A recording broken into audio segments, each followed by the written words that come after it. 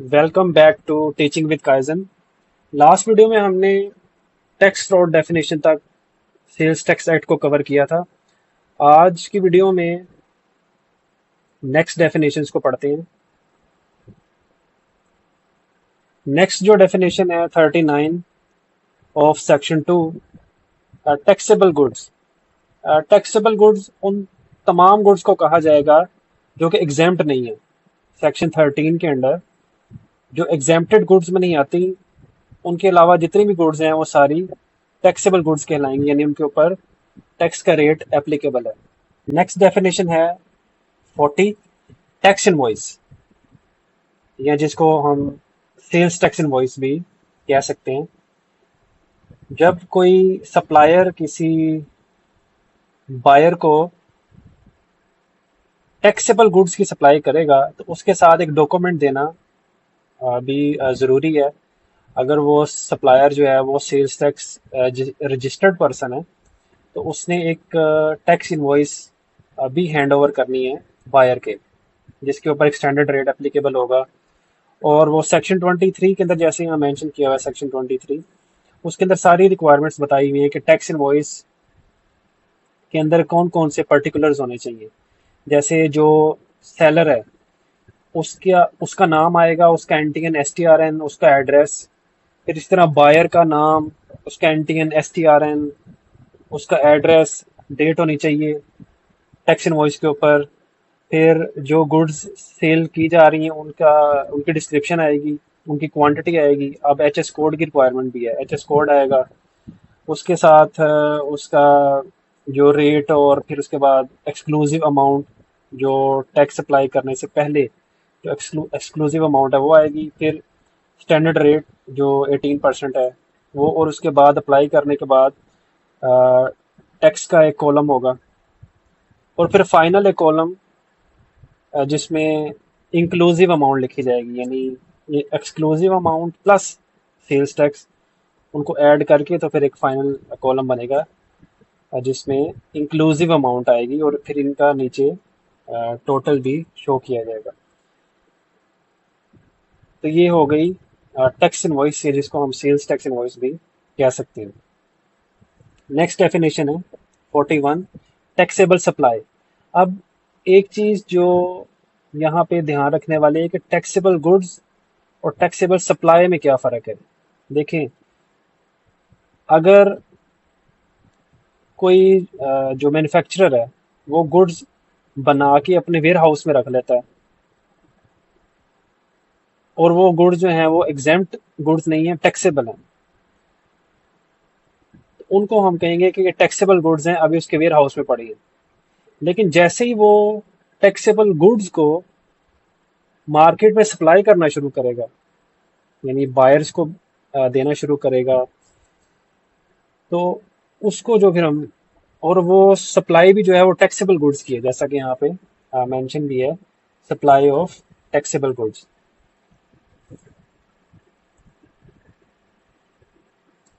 ठीक है।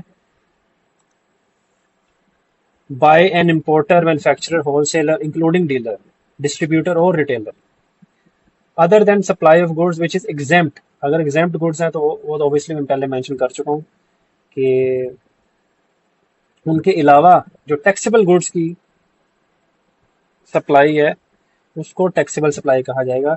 और इसके अंदर वो गुड्स भी शामिल हैं कि जिनके ऊपर ज़ीरो रेट एप्लीकेबल है अंडर सेक्शन 4 के।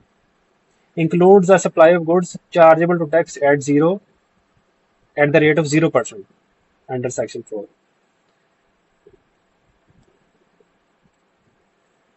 नेक्स्ट डेफिनेशन है टैक्स पीरियड।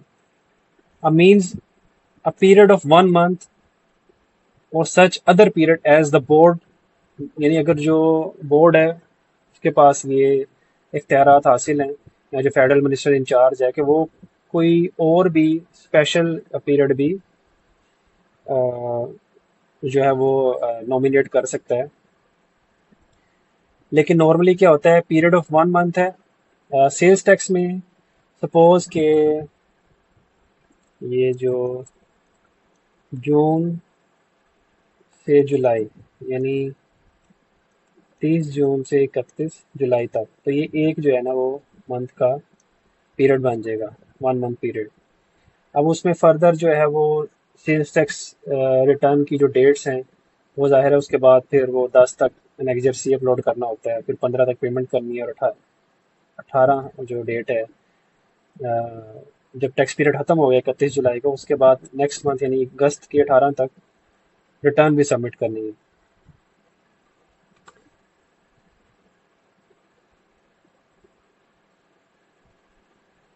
नेक्स्ट जो डेफिनेशन है वो है 43A of section 2, tier 1 retailer, यानी कि जो टॉप के जो रिटेलर्स हैं पाकिस्तान के अंदर, वो कौन, मतलब इसमें आने के लिए कौन सी जो है वो कंडीशंस होनी चाहिए, क्या कंडीशंस हैं कि वो अगर उस पर वो पूरा उतरेगा तो वो टीयर 1 रिटेलर में की कैटेगरी में आएगा। अगर तो उनके पास नेशनल या इंटरनेशनल चेन ऑफ स्टोर्स हैं, जैसे कि पाकिस्तान में अ, बहुत से फेमस जो क्लोथिंग ब्रांड्स हैं, शू में जो रिटेल में जो लोग हैं, तो आपने देखा होगा पूरे पाकिस्तान में उनके रिटेल आउटलेट्स हैं, तो वो टीयर 1 रिटेलर में आते हैं। उसके बाद a retailer operating in an air condition shopping mall हो या प्लाजा या कोई सेंटर, जैसे शॉपिंग सेंटर होता है कोई, अगर उसमें उसकी शॉप है तो वो भी टीयर 1 रिटेलर में आएगा। हाँ, ये जो कियोस्क कहते हैं, खोखे जो होते हैं, ये जो, वो इसमें शामिल नहीं है, ठीक है, वो टीयर 1 रिटेलर में नहीं आएंगे। नेक्स्ट जो सब क्लॉज है of clause 43A of section 2, वो रिटेलर जिसका 12 मंथ्स में, यानी पिछले जो 12 महीने गुजर गए हैं, उसमें उसका 12 लाख रुपए बिजली का बिल था, यानी हर मंथ का उसका जो बिल था वो 1 लाख रुपए बिजली का बिल था, तो उसको भी टीयर 1 रिटेलर की कैटेगरी में शामिल किया जाएगा। नेक्स्ट जो सब क्लॉज है, अगर कोई होलसेलर है और साथ में वो रिटेल में भी माल बेचता है, होलसेलर वो होता है जो बल्क में माल देता है, मोस्टली ये B2B काम करते हैं, इन बिजनेस टू बिजनेस ये, और लेकिन अगर वो साथ सिंगल पीस भी दे देता है, आपने सुना होगा कि होलसेलर को कभी ये कहते हुए कि हम है तो होलसेलर हैं लेकिन हम सिंगल पीस भी दे देते हैं, यानी कोई इंडिविजुअल अगर हमारे पास वैसे भी आ जाता है आम जनरल पब्लिक से, तो उसको सिंगल पीस भी दे देते हैं, तो ये है wholesaler come retailer. Engage in bulk import and supply of consumer goods on wholesale basis, या रिटेलर्स को देता है या जनरल बॉडी ऑफ कंज्यूमर्स को भी वो सिंगल पीस भी दे देता है, तो वो भी टीयर 1 रिटेलर में फॉल करेगा। नेक्स्ट है सब क्लॉज F, रिटेलर जिसने बैंक से, आपने देखा होगा अगर आप किसी भी बड़ी किसी आउटलेट पे जाते हैं, किसी क्लोथिंग स्टोर की या शू रिटेल में जो ब्रांड्स हैं, या जो बेकरी की बहुत सारी चेन्स पाकिस्तान में चल रही हैं, अगर आपने डेबिट या क्रेडिट कार्ड से पेमेंट करनी है तो उनके पास मशीन्स होती हैं और पॉइंट ऑफ सेल भी मौजूद होता है उस पेमेंट को एक्सेप्ट करने के लिए।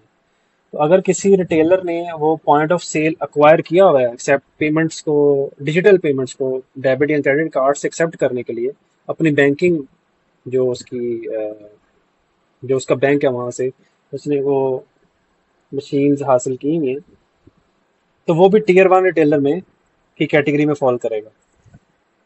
नेक्स्ट सब क्लॉज है G, वो रिटेलर जिसकी विदहोल्डिंग हुई है सेक्शन 236G या 236H में इनकम टैक्स ऑर्डिनेंस के ये सेक्शंस हैं, और पिछले 12 महीनों में वो एक्सीड कर गए हैं जो एक थ्रेशोल्ड दिया गया है बोर्ड की तरफ से, तो वो भी टीयर 1 रिटेलर की कैटेगरी में फॉल करेगा। अब वो थ्रेशोल्ड है क्या, ये एक SRO है, ये ऑफिशियल डॉक्यूमेंट है FBR का, यहाँ पे आप देख भी सकते हैं, मैंने ओपन भी यहीं से किया हुआ है FBR की वेबसाइट से। ये इसकी डेट है, ठीक है, और SRO का नंबर है 2071 ऑफ 2025, ठीक है। अब यहाँ पे नीचे मैंने हाईलाइट की हुई है, ये सेम वही चीज़ जो सेल्स टैक्स एक्ट में है ना, वही उन्होंने वहाँ से ली है, लेकिन यहाँ पे उन्होंने मेंशन कर दिया कि थ्रेशोल्ड कितना होगा। During the immediately preceding period exceeds 100,000 rupees, or as the case may be, 500,000 rupees shall be required to integrate their business। तो जो 236G है ना, उसमें 100,000 है, और 236H के अंदर 500,000 है, क्योंकि इसको हम रिस्पेक्टिवली पढ़ेंगे जिस जिस तरतीब से पीछे वो सेक्शंस मेंशन किए हुए हैं, उसी तरतीब से उन्होंने ये थ्रेशोल्ड जो मेंशन किए हैं। तो 100,000 236G में कितना है, 100,000, और 236H में 500,000, ठीक है।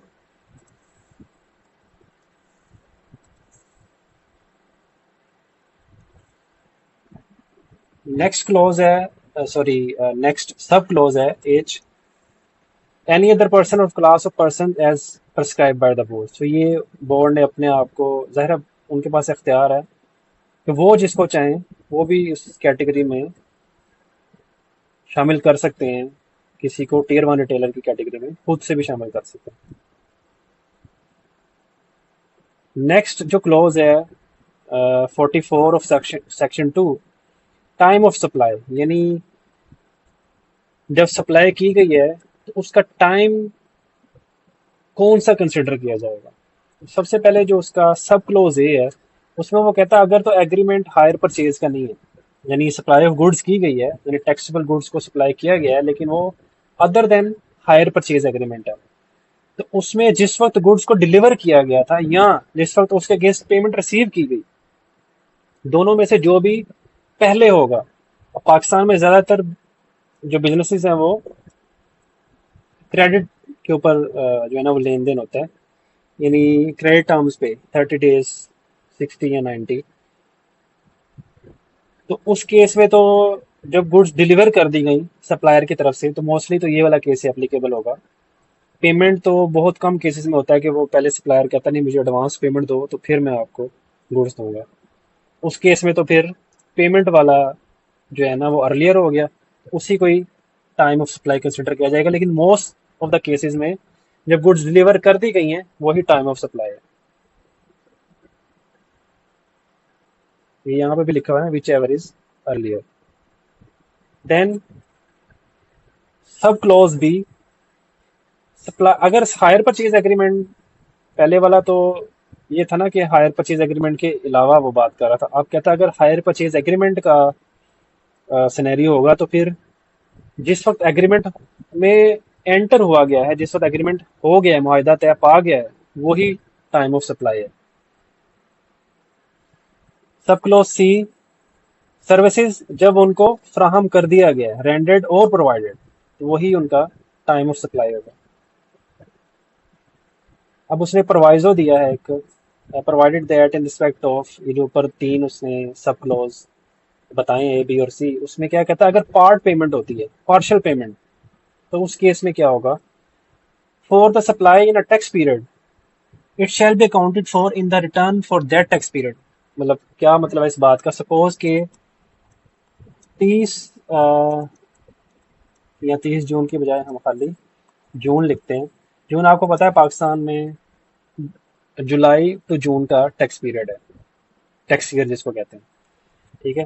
तो सप्लायर ने गुड्स दी थी जून में, और उसको कुछ पार्शियल पेमेंट भी जून में ही कर दी गई, ठीक है, पार्ट पेमेंट भी जून में कर दी गई, और बाकी की जो पेमेंट है ना वो जुलाई में की जाएगी या आगे अगस्त में।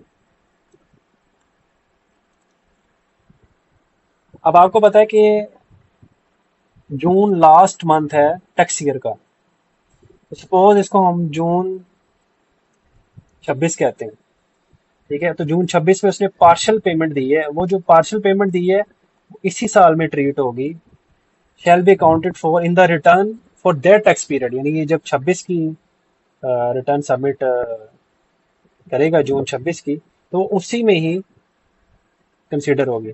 और बाकी की जो पेमेंट्स हो रही हैं जुलाई अगस्त, तो वो फिर टैक्स ईयर चूंकि चेंज हो जाएगा, ये फिर टैक्स ईयर चला जाएगा टैक्स ईयर 27।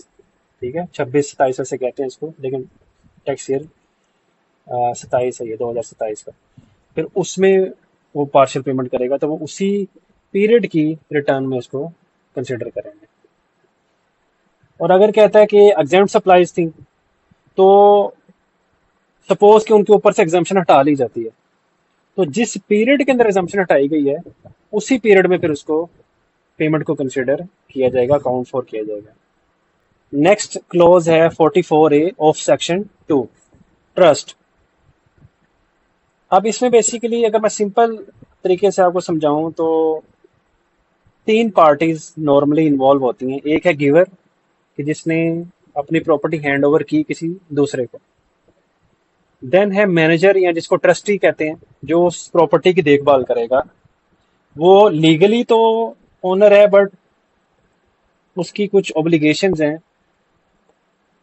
कि वो खुद से उस प्रॉपर्टी के साथ जो चाहे वो नहीं कर सकता, क्योंकि उसके उसके ऊपर ट्रस्ट करके, वो ट्रस्टी है, उसके ऊपर ट्रस्ट करके उसके हवाले की गई। और एक है बेनिफिशरी, यानी जिसको उसका फायदा होगा। इसको सिंपल तरीके से अगर मैं समझाने के लिए आपको अगर मिसाल दूं, तो सपोज के एक ग्रैंड फादर हैं, ठीक है, ठीक है, उनका एक बेटा है, और उस बेटे का भी एक बेटा है जो कि इन ग्रैंड फादर का ग्रैंड सन होगा। ठीक है,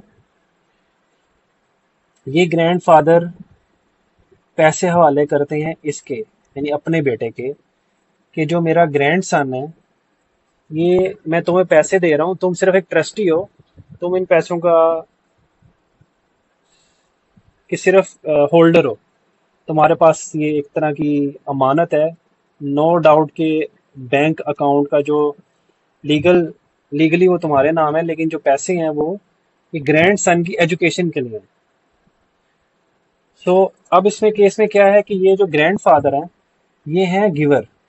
ठीक है, और ये जो उनका आगे से जो बेटा है जिसके हवाले उन्होंने किए हैं, वो ट्रस्टी है, इसके ऊपर उन्होंने ट्रस्ट करके करके इसको पैसे दिए हैं कि ये मैं अपने ग्रैंड सन के लिए दे रहा हूँ, उसकी एजुकेशन के लिए। तो जो वो इस काबिल हो जाएगा, ये पैसे तुमने उसकी एजुकेशन के लिए इस्तेमाल करना। और ये जो सन है ये हो गया ट्रस्टी या मैनेजर, और जो ग्रैंड सन है वो बेनिफिशियरी है इस केस में। ठीक है, तो ये एक सिंपल सी मिसाल है ट्रस्ट की। अगर हम ट्रस्ट की डेफिनेशन यहाँ से भी पढ़े, means an obligation next to the ownership, यानी ये उसकी जिम्मेदारी थी। जो ये है इस बच्चे का जो बाप है, वो उसकी ये जिम्मेदारी है कि वो जब जिस पर्पज के लिए उसको पैसे मिले हैं वो उसी के लिए उसको इस्तेमाल करेगा, सेल्फ सेल्फलेस होके। ठीक है, trust means an obligation next to the ownership of property and arising out of the confidence reposed, यानी ये इनके जो ग्रैंड फादर है, इन्होंने कॉन्फिडेंस दिखाया, ट्रस्ट दिखाया अपने बेटे पे कि हाँ ये इसके पैसे संभाल कर रखेगा मेरे ग्रैंड सन के, and accepted by the owner, or declared and accepted by the owner for the benefit of another or of another and the owner, and includes a unit trust। अब यूनिट ट्रस्ट क्या है उसकी भी definition आगे आ रही है। Unit trust जैसे कि किसी कंपनी के अंदर, पब्लिक लिमिटेड कंपनी में शेयर्स होते हैं और उसके शेयर होल्डर्स होते हैं, तो शेयर होल्डर्स को जो ओनरशिप उनकी किस तरह से यानी उनकी ओनरशिप किस तरह डिवाइड होती है, यानी उनकी इंटाइटलमेंट शेयर्स की सूरत में होती है। ठीक है, इसी तरह यूनिट ट्रस्ट के अंदर इंटाइटलमेंट, यानी जो उनको इनका जो शेयर्स के ऊपर जो डिविडेंड मिलता है, जिसके पास जितने ज़्यादा शेयर्स होंगे उतना ज़्यादा उसको डिविडेंड मिलेगा। उसी तरह यूनिट ट्रस्ट के अंदर जितने ज़्यादा वो यूनिट्स हेल्ड करता है, ये बेसिकली वो एंटाइटलमेंट है, उसके अगेंस्ट उसको उतना ही जो है वो बेनिफिट मिलेगा।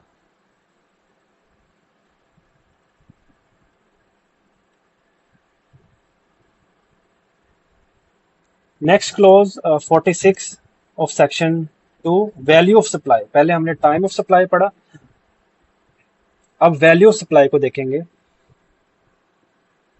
सब क्लॉज ए में अगर तो कहता है टैक्सेबल सप्लाई है, तो the consideration in money including, अब जो पैसे रिसीव किए गए वो टैक्सेबल सप्लाई करने के बाद, उसकी वैल्यू ऑफ सप्लाई किन किन चीज़ों से मिलकर बनेगी। एक तो उन टैक्सेबल गुड्स की जो सप्लाई की है उनकी अमाउंट, फिर जो फेडरल यानी वफाकी या सूबाई ड्यूटीज थी या टैक्सेस थे वो उसमें शामिल होंगे। लेकिन क्या शामिल नहीं होगा, जो अमाउंट ऑफ टैक्स है। अब यहाँ पे जो टैक्स, ऊपर हमने डेफिनेशन में भी शायद पढ़ा है कहीं पे, टैक्स का वर्ड जब वो आएगा यहाँ पे तो वो इससे मुराद सेल्स टैक्स है। ठीक है, तो सेल्स टैक्स इंक्लूड नहीं होगा वैल्यू सप्लाई में। हाँ, उसके अलावा जो उन गुड्स की असल मालियत थी जिसके ऊपर ड्यूटीज लगी, जो अदर टैक्सेस लगे, वो सारा उसकी सप्लाई के अंदर शामिल है। और ये सारी जो रकम बनेगी ये सप्लायर को दी जाएगी। हाँ, लेकिन जो सेल्स टैक्स है, नॉर्मली तो सेल्स टैक्स भी उसको पेमेंट के साथ दे दिया जाता है, लेकिन ये वो फिर सबमिट करवाएगा किसे, बोर्ड को, फेडरल बोर्ड ऑफ रेवेन्यू को, गवर्नमेंट के खजाने में जमा करवाएगा। अब नीचे प्रोवाइजो भी दिया गया है। यहाँ पे वो कह रहा है कि अगर तो सपोज कि कुछ जो पेमेंट है वो पैसों में कर दी गई और कुछ काइंड में।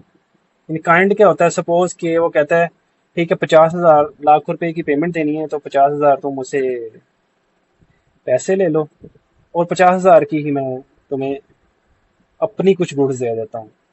ठीक है, तो ये इन काइंड हो गया।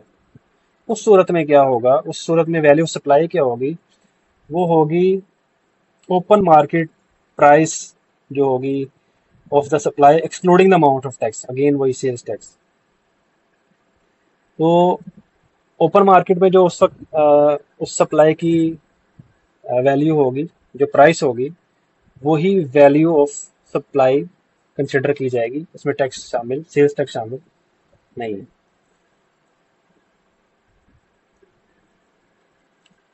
अच्छा, अब दूसरी केस में सपोज कि वो कहता है कि ये प्रोवाइजो ही चल रहा है अभी, कि सप्लायर जो है ना और जो रेसिपिएंट है वो दोनों आपस में एसोसिएटेड पर्सन हैं। तो वो कहते हैं ठीक है, हमने आपस में कंसिडरेशन नहीं लेनी। एक तो ये केस हो गया। दूसरा, वो कंसिडरेशन तो लेते हैं लेकिन वो ओपन मार्केट प्राइस से कम है। इस केस में वैल्यू ऑफ सप्लाई जो होगी वो ओपन मार्केट की जो प्राइस OMP वही कंसिडर होगी और उसमें वो अगेन टैक्स शामिल नहीं है। नेक्स्ट इस प्रोवाइजो में वो कहता है कि अगर तो टैक्सेबल सप्लाई दी जा रही है आम आवाम को, कोई कंज्यूमर है जो कि जनरल पब्लिक में से है और उसको किस्तों के ऊपर चीज़ें प्रोवाइड की गई हैं और जिसके ऊपर मार्कअप भी उसके अंदर शामिल है, या सरचार्ज भी शामिल है, हो सकता है वो पेमेंट लेट करता है तो उसमें सरचार्ज भी डाला गया। तो अब वो क्या कहता है, rendering it higher than open market price. अब वो ये सारा कुछ डाल के मार्कअप और सरचार्ज और इंस्टॉलमेंट जो उसकी किस्त की जो वैल्यू होगी वो ओपन मार्केट प्राइस से भी ज़्यादा हो जाती है। तो वैल्यू ऑफ सप्लाई फिर क्या होगी, वो ओपन मार्केट प्राइस ही होगी। तो इस केस में the value of supply shall mean the open market price, ज़ाहिर इसमें वो अगेन टैक्स की अमाउंट शामिल नहीं। अब हम वापस आ जाते हैं, वो प्रोवाइजो मुकम्मल हुआ तो अब सब क्लोज बी है। अगर ट्रेड डिस्काउंट दिया गया, सपोज कि आप किसी क्लोथिंग स्टोर में जाते हैं और वहाँ पे 30% डिस्काउंट दिया जा रहा है आइटम के ऊपर, तो उस केस में वैल्यू ऑफ सप्लाई क्या होगी। In case of trade discounts the discounted price, अब उसमें से एक्सक्लूड क्या करना है, द अमाउंट ऑफ टैक्स। ठीक है, द डिस्काउंटेड प्राइस यानी जो डिस्काउंट करने के बाद प्राइस बची वो वैल्यू ऑफ सप्लाई है, और जाहिर है उसमें सेल्स टैक्स शामिल नहीं है।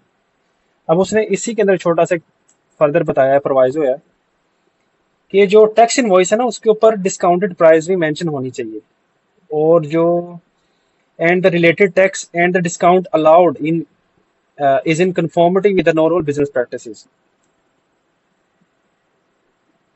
ठीक है, provided the tax invoice shows, तो उसके ऊपर वो डिस्काउंटेड प्राइस भी शो होनी चाहिए। और जो डिस्काउंट अलाउ किया गया वो ऐसे नहीं कि बहुत एबनॉर्मल किस्म का डिस्काउंट अलाउड होगा, वो बिजनेस प्रैक्टिसेस जो नॉर्मल बिजनेस प्रैक्टिसेस हैं, जो नॉर्मल डिस्काउंट रेट्स चल रहे थे वो उसी में ही होना चाहिए। सब क्लॉज सी, अच्छा, वो कहता है कि स्पेशल नेचर ऑफ ट्रांजैक्शन हुई है जिसको it is difficult to ascertain, यानी उसको मालूम करना, उसकी वैल्यू ऑफ सप्लाई को मालूम करना मुश्किल है, तो उस केस में फिर ओपन मार्केट प्राइस ही उसकी वैल्यू ऑफ सप्लाई होगी। मिसाल के तौर पे स्पेशल नेचर ऑफ ट्रांजैक्शन से क्या मुराद है? सपोज कि एक ग्रुप ऑफ कंपनीज है, उनकी एक कंपनी ट्रैक्टर बनाती है और एक कंपनी जो है वो एग्रीकल्चरल जो प्रोड्यूस है या किसी भी तरह की एग्रीकल्चरल एक्टिविटी के अंदर इन्वॉल्व है, और उनको वहां पे ट्रैक्टर की जरूरत होती है। तो वो ग्रुप के अंदर ही जो कंपनी उनकी ट्रैक्टर बनाती है वो उसको ट्रैक्टर दे देती है। मार्केट में जो नॉर्मल कस्टमर को चीज़ वो मतलब वो जो ट्रैक्टर बेचते हैं उससे 30-40% या 50% लेस पे वो दे देते हैं। या वो आपस में कोई ऐसा ग्रुप है कि जो एक दूसरे के साथ गुड्स एक्सचेंज कर सकता है, यानी वो कहता है एक कंपनी दूसरे को दूसरी सब्सिडरी को जो चीज़ रिक्वायर्ड है वो दे दी, और दूसरी सब्सिडरी ने जो पहली वाली सब्सिडरी को चीज़ रिक्वायर्ड थी वो दे दी, तो उसमें कोई पैसों का लेन देन हुआ ही नहीं, यानी समझ लिया एक तरह का बार्टर हो गया। तो उन्होंने कहा ठीक है हमें ये रिक्वायर्ड है, आप ये इतनी हमें हैंड ओवर कर दो, और दूसरी सब्सिडरी ने उनको जो चीज़ें रॉ मटेरियल रिक्वायर्ड था वो प्रोवाइड कर दिया। तो इस केस में ये स्पेशल नेचर ऑफ ट्रांजैक्शन की कुछ मिसालें हो सकती हैं। सब क्लोज डी, अच्छा अगर तो गुड्स इंपोर्टेड हैं, अब इसमें वो शामिल नहीं है जो कि थर्ड स्केड्यूल के अंदर जिसमें हमने जिस पे जो मैन्युफैक्चरर है या जो अ, बेचने वाला है उसने जो मेंशन करना होता है थर्ड स्केड्यूल पे, रिटेल प्राइस, मैन्युफैक्चरिंग प्राइस और सेल्स टैक्स अलग-अलग ऐसे मेंशन करना होता है, वो थर्ड स्केड्यूल की जो आइटम्स हैं, अच्छा वो इसमें शामिल नहीं है। अच्छा उसके the value determined under section 25 of the customs act, तो सेक्शन 25 है value of imported and exported goods of the customs act. अच्छा अब इसमें क्या क्या शामिल होगा? कस्टम की ड्यूटीज, फेडरल एक्साइज ड्यूटीज, ये सारी वैल्यू ऑफ सप्लाई में शामिल है। In case of imported goods the value determined under section 25, ठीक है, और उसमें सारा कुछ शामिल है, क्या क्या, कस्टम ड्यूटीज और एक्साइज ड्यूटी, ये सारे मिल के जो है वो वैल्यू ऑफ सप्लाई बनाएंगे। देन क्लोज, सब close E, in case where there is sufficient reason to believe that the value of a supply has not been correctly declared in the invoice, अच्छा उस केस में क्या होगा, फिर एक valuation committee जो है वो उसकी उसकी वैल्यू सप्लाई का तहमीना लगाएगी, जिसमें रिप्रेजेंटेटिव्स होंगे trade off trade and inland revenue इस कमेटी के अंदर, कॉन्स्टिट्यूटेड बाय द कमिश्नर, जो कमिश्नर बनाएगा। तो ये फिर वैल्यूएशन कमेटी जो है उसका तहमीना लगाएगी कि वैल्यू सप्लाई क्या होनी चाहिए। सब क्लॉज एफ, अच्छा अब ये क्या है, अगर तो मैन्युफैक्चर ऑफ गुड्स करवाइए, किसी मैन्युफैक्चर ऑफ गुड्स की गई है लेकिन वो उसकी अपनी नहीं है, किसी और की उसने मैन्युफैक्चरिंग करके दी है, इसको कहते हैं टोल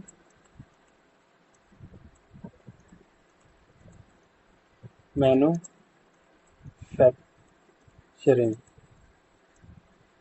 टोल मैन्युफैक्चरिंग में क्या होता है, सपोज के एक पार्टी है, कंपनी है, ABC और एक XYZ, ठीक है। इन्होंने 1 मिलियन का फैब्रिक, सपोज फैब्रिक या कोई भी मटेरियल, वो हैंड ओवर किया है XYZ के कि आप हमें इस पे प्रिंटिंग करके दें, डाइंग करके दें, या अगर फैब्रिक नहीं है कोई और चीज़ है तो उसकी वो उन्होंने मैन्युफैक्चरिंग करवाई। तो XYZ के केस में वैल्यू ऑफ सप्लाई वो कहता है कि क्या होगी, वो ये 1 मिलियन उसमें ऐड नहीं होगा। XYZ ने जितना अपना खर्चा किया है, सपोज कि उनका 180,000 एक्सपेंस आया इनकी ABC की गुड्स मैन्युफैक्चर करके देने में, तो इस 180,000 के ऊपर टैक्स एप्लीकेबल होगा। ये उनकी वैल्यू ऑफ सप्लाई कंसिडर की जाएगी। ये चीज़ उसने यहाँ मेंशन की है। The actual consideration received by the manufacturer, जो एक्चुअल कंसिडरेशन रिसीव हुई है फॉर द वैल्यू एडिशन, इस 1 मिलियन के ऊपर जो फर्दर उसने वैल्यू एडिशन की है, उस वैल्यू एडिशन के ऊपर जो है ना टैक्स एप्लीकेबल है, या वही उसकी वैल्यू ऑफ सप्लाई है। क्लॉज सॉरी सब क्लॉज जी। अच्छा, अब यहाँ पे वो कह रहा है कि जो in case of taxable supply with reference to retail tax, the price of taxable goods excluding the amount of retail tax। क्या मतलब है कि एक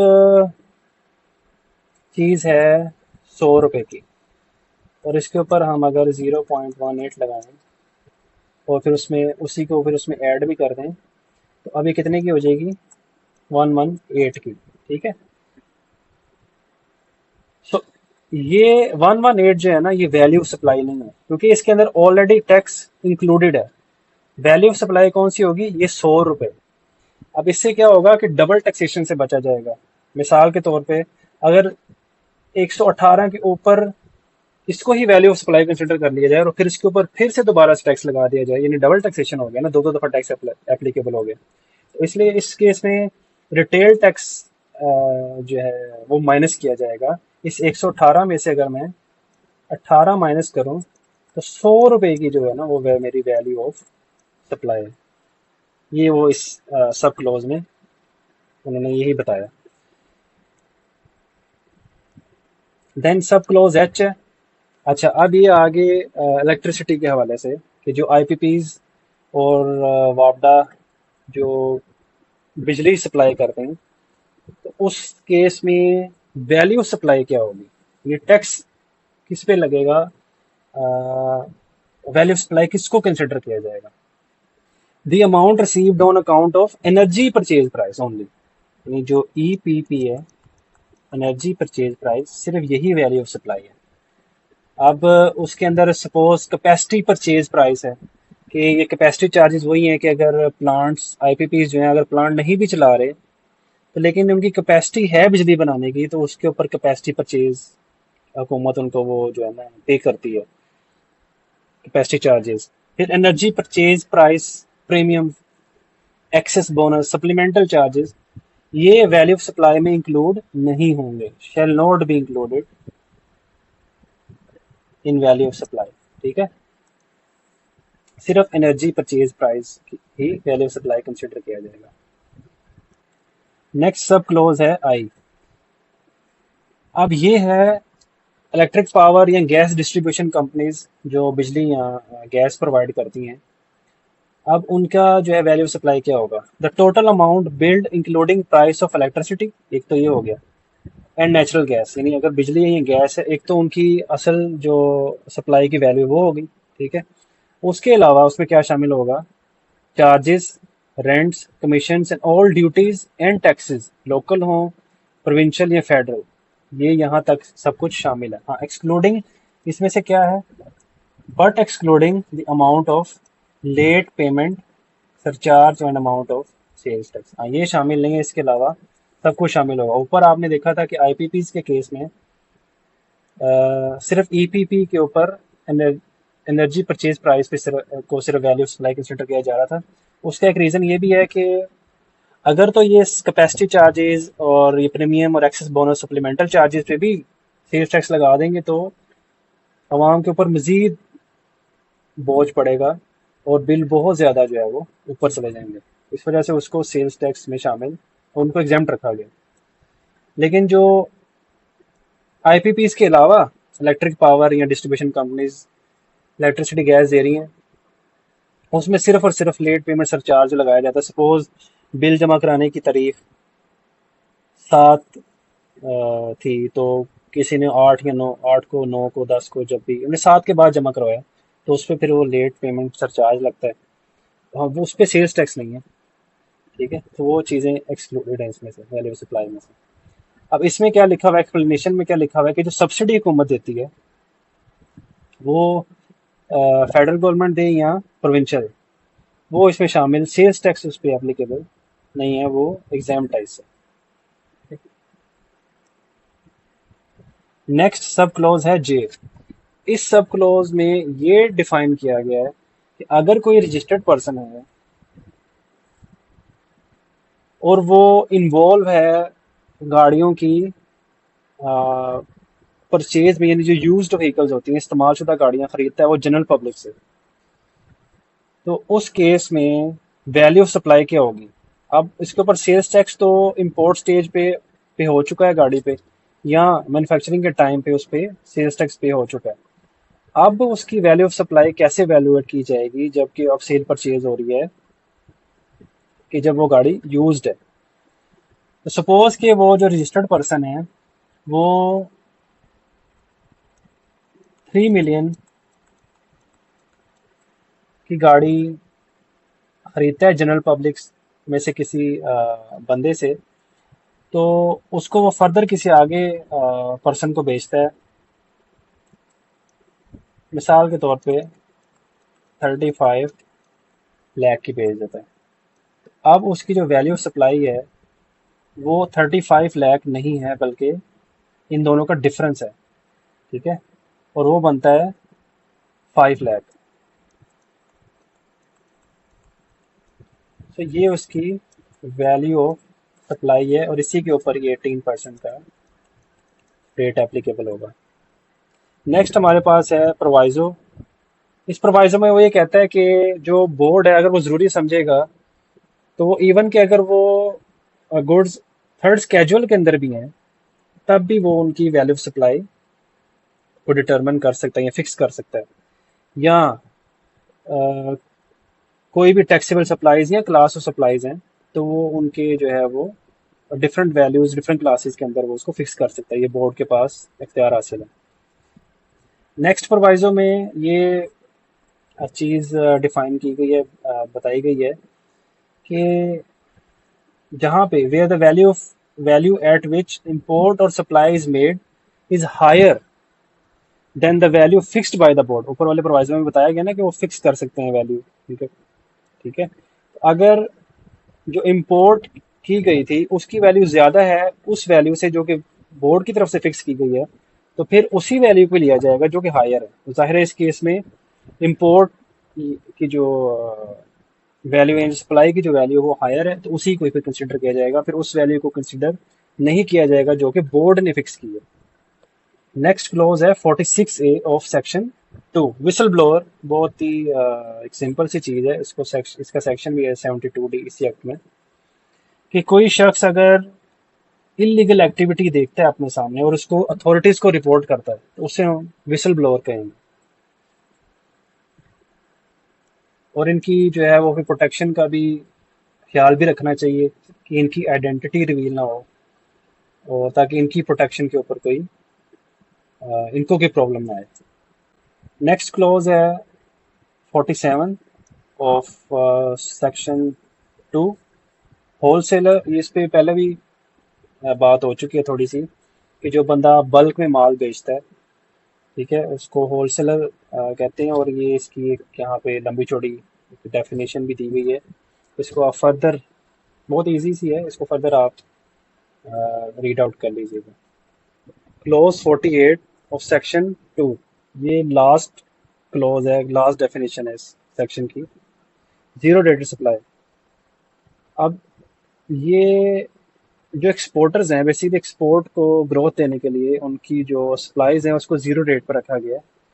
यानी वो जो नॉर्मल जो दूसरा बंदा है, जो सप्लायर है, जो 18% स्टैंडर्ड रेट लगा के देता है विद इन द कंट्री, ठीक है, उससे डिफरेंट ये है कि वो 18% का रेट लगाता है, ये 0% रेट लगाता है, लेकिन इसकी जो इन्वॉइस है वो कंसिडर सेल्स टैक्स ही होती है।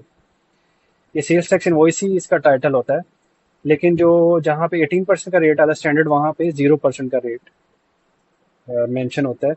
और ये इसलिए है कि इसमें डिफरेंट फैक्टर्स हैं। एक तो ये है कि अगर ये बाहर जिसको माल भेज रहा है उसको 18% लगा के अ, देगा, सपोज कि अगर वो उसको 18% पे ये होता एक्सपोर्ट, तो वो जो बंदा जो बायर है वो पाकिस्तानी सिस्टम के अंदर तो नहीं है, तो वो उसको कैसे क्लेम करता, या वो अपने उसको टैक्सेस के अगेंस्ट कैसे एडजस्ट करता है, या पाकिस्तान के चूंकि सिस्टम से वो बाहर है, तो वो उसके लिए वो 18% किसी भी सूरत, यानी उसकी तो कॉस्ट में शामिल हो जाना था।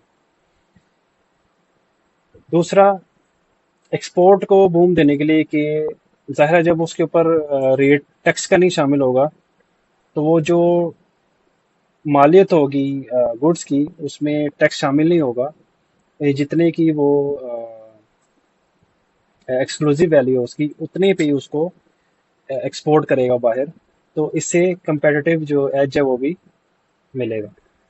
सो ये होगी जीरो डेट सप्लाई। लेकिन इसमें एक और चीज ये भी है कि जो इसका प्रोसीजर है वो उसी तरह ही है जैसे 18% की जो सेल्स टैक्स इनवॉइस है। यानी जो एक्सपोर्टर है ये अपने पोर्टल पे इसको अपलोड करेगा। अ- अब ये नहीं कि सिर्फ ये एक्सपोर्ट के केस में, एक और भी सिनेरियो जैसे पेट्रोलियम की जो इनवॉइसेज आती हैं विद इन द कंट्री, वो भी जीरो रेटेड है। उसमें क्या होगा कि पाकिस्तान के अंदर सपोज किसी पेट्रोलियम किसी कंपनी ने जो कि जनरेटर चलाती है, बैकअप सिस्टम के अंदर जनरेटर है और वहां पे वो डीजल डालते हैं, या हाँ डीजल ही डालते हैं, ठीक है। तो उन्होंने यहाँ लोकल किसी सप्लायर से वो डीजल लिया, तो वो उनको जो सेल्स टैक्स इनवॉइस देगा वो जीरो रेट पे आएगी।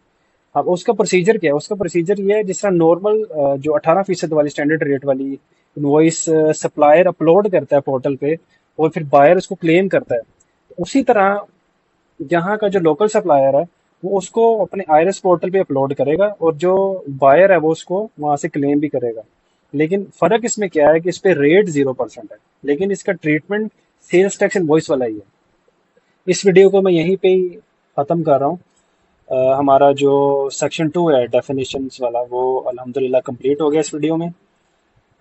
नेक्स्ट वीडियो में इंशाल्लाह चैप्टर 2 स्टार्ट करेंगे, और जो फर्दर सेक्शंस हैं सेल्स टैक्स एक्ट 1990 के, उनमें इंशाल्लाह डीप डाइव करेंगे और फर्दर इंशाल्लाह जो है चीज़ें सीखने की कोशिश करेंगे। अल्लाह हाफ़िज़।